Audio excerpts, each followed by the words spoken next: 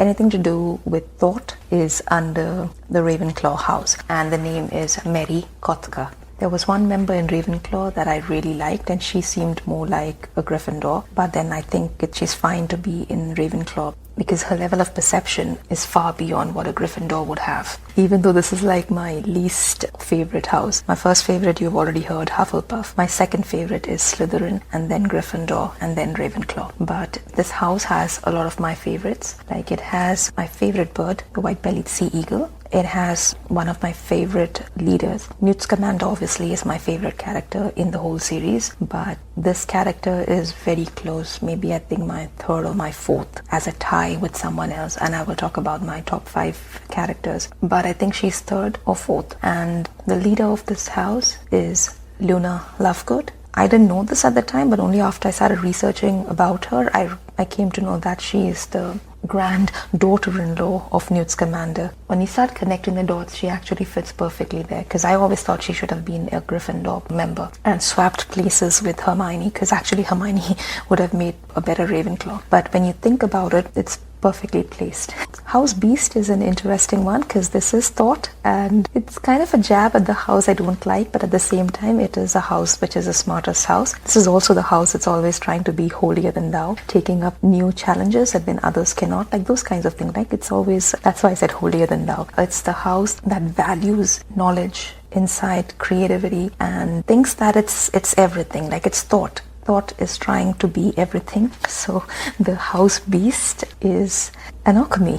Initially I thought the house beast should be a thestral, because that's what Luna Lovegood sees, but the link is tenuous, and so alchemy fits perfectly well in my fictional world, in my storyline when I'm writing the textbook. And it's a serpentine being. It is misunderstood to be a dragon, and David Bohm used to speak with Alan Watts, Jadu Krishnamurti. They always talk about thought having its rightful, thought being a great tool and having its rightful place, but thought trying to fill up all the space and trying to prove that it is everything. So the alchemy feels, I hope I can pronounce this, but it has this ability, right, to adjust its size based on the space, and it's chronaptixic. This ability that it has is perfectly suited here. Since it's a serpentine being, it's parcel tongue. So initially I thought I should put it in Slytherin, but it took me about 3 days to sort this out, because initially the alchemy and demiguise is what I was confused about, and I wanted it to be in Slytherin, but that's like a tenuous characteristic that is not sufficient to tie it to Slytherin. And so alchemy fits perfectly well in Luna Lovegood's personality, and since it's the alchemy, the house color is teal. Initially I was a bit confused, should I go with turquoise or teal? Teal is more connected to adaptability, protection, openness to change. The house color should be teal. It kind of matches Luna Lovegood's character in the story. And blue has a significance, but I didn't want it to be just synonym. That teal color has that significance of reflecting on profound ideas, desire to penetrate deeper into thought, to go beyond thought. That feeling of transcendence is there in that color, and that's the reason I wanted to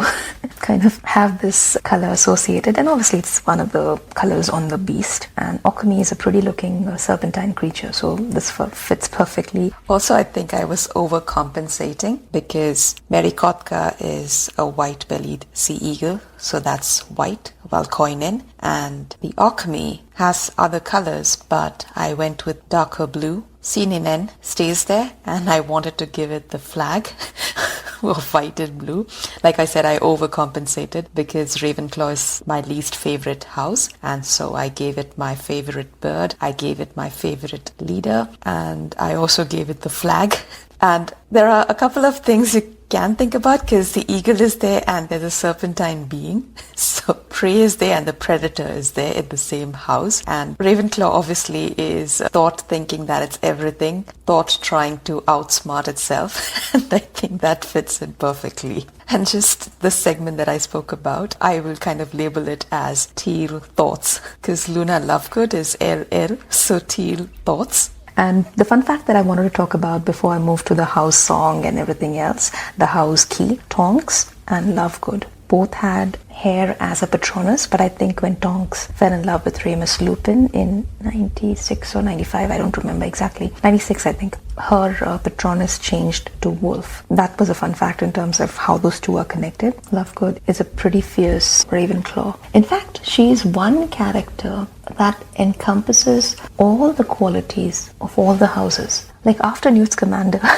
retires as the headmaster, I might actually have Luna Lovegood as the headmistress. So I've always liked her, but when I started reading more about her, like I naturally gravitated to her when I watched the movie, but when I started reading up more about her and try to understand a lot of links across, she actually fits all the houses very beautifully. So she has an esoteric side to herself, so she can fit within the Slytherin house. She doesn't have ambition, but she has a very mysterious, unfathomable side to her, and that's why she fits as a Slytherin. Ravenclaw, obviously she is a Ravenclaw for all the skills that she has. I told you initially I always was confused why is she not a Gryffindor. For all the qualities that she has, she fits as a Gryffindor beautifully. But how does she fit as a Hufflepuff is her love for animals. She is a magi zoologist, so she was like a natural fit in the Hufflepuff as well. So that's the reason I always see her character as one who could go anywhere. It's almost like the sea eagle could go anywhere. That's why I said if Newt Scamander decides to retire from the Phrasden School, she would be my obvious choice. And it makes sense as well when you think about the link. She's a magi zoologist, he was a magi zoologist. Hufflepuff is his true nature, and since she is a magi zoologist, she's a true Hufflepuffer by all means, so she would be my second choice. And that's why she's the house leader of Ravenclaw. We've spoken about the house name, we've spoken about the house beast, the mascot, we've spoken about the leader. The song in this case is by Petri Laaksonen.